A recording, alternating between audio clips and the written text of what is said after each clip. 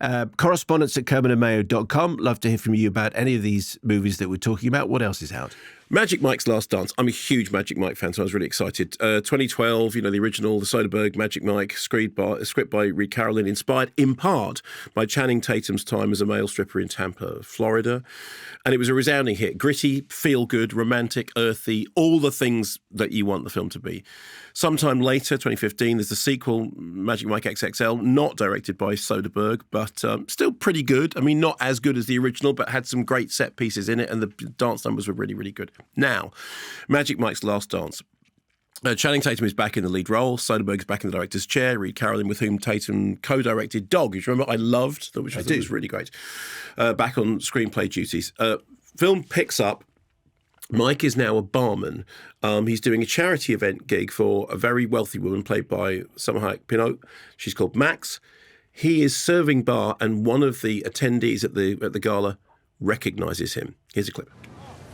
So basically, the flashback is that he turns up at the door in a cop's outfit, and he says, "Your name," and the next thing is he's hello. He's hello, and we're back to Colour of Night and all that stuff. So Max then hears that this is what he did, and she says, "Oh, I hear that you can provide certain services that will relieve me of my tension." And she pays him, very Rocky Horror, that, and she pays him some money, and he provides a dance, which, of course, in the standard Channing Tatum way, is unbelievably athletic and does all the stuff. We can all do that. Okay, so, on board, blah, blah, blah.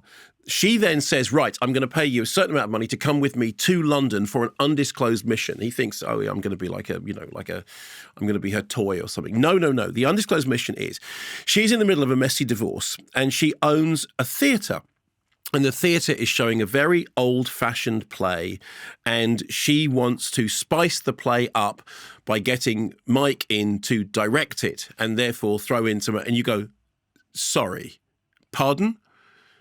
So, hang on. So, Magic Mike, the thing we all love, the thing we all go, you'll bring it to London. How do we know it's London? Well, there's a kind of montage that goes Tower Bridge, badge cup, bus... Postbox. And I kind of wondered whether it was deliberately naff, whether it was deliberately the worst. And I think actually it might be a joke about how those montages are terrible. And then he gets to the theatre. And the theatre is a play about people doing stuffy. And Magic Mike comes in and then says, "Yeah, no, we don't want to do that. What happens is you call for and then it's stripping stuff." And I'm sitting there going, I don't believe you've made a bad Magic Mike movie. All the people are in place. I love all the people. I love the thing. I love the setup. I like the dance. How have you managed to spoil this?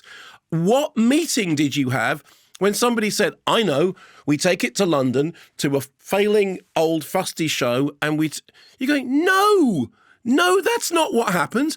Firstly, you take Magic Mike out of the thing that makes Magic Mike interesting, which is that it's a gritty kind of, it's actually a story about somebody earning a living and somebody having, romantic dreams and all the rest of it. And you put them in a thing in which they're suddenly posh. Suddenly they're driving around in Rolls Royces, and suddenly they're going to posh restaurants, and suddenly, no, that's not what Magic Mike does. Then there's a joke about a butler who Magic Mike is trying to do his tie, but he doesn't know how to do his tie. He's a stripper. He knows how to do his tie. He knows how to put on every item. So you lose the Saturday Night Fever thing, which is, this is the thing you have that makes something special, the dream. That brilliant bit in Magic Mike XXL when he's doing the woodwork and he suddenly starts doing the dance on the bench. I think I missed that film. Well, you should see them because the first two are great. This is, to use a word that I believe you got into the Oxford English Dictionary, pants, but not pants in the Magic Mike pants sense that I want, but just pants. I mean, the theatre scenes are awful. To make it worse, the whole film is narrated with this really annoying child narration, which is like saying out loud all the things that you knew were always implicit. It's literally got a voiceover telling you the things that are important. On the plus side, dance numbers are nimble. There's a sort of rainy one. There's a sort of wet thing going on. That's kind of all right. A wet thing? But then a wet thing. When it's all rain and there's wet on the floor and they're all sliding around, and it's quite poetic. That's dangerous. Yeah, but the thing is, I saw this in the West End, and the Magic Mike stage show is on there. So I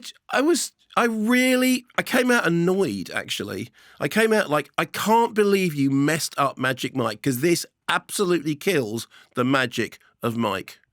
And that's it. Thank you. No more Magic Mikes. Pants.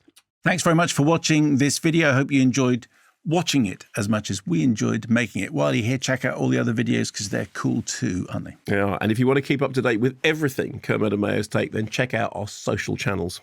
I mean, why wouldn't you? I mean, I would. I have done. Excellent.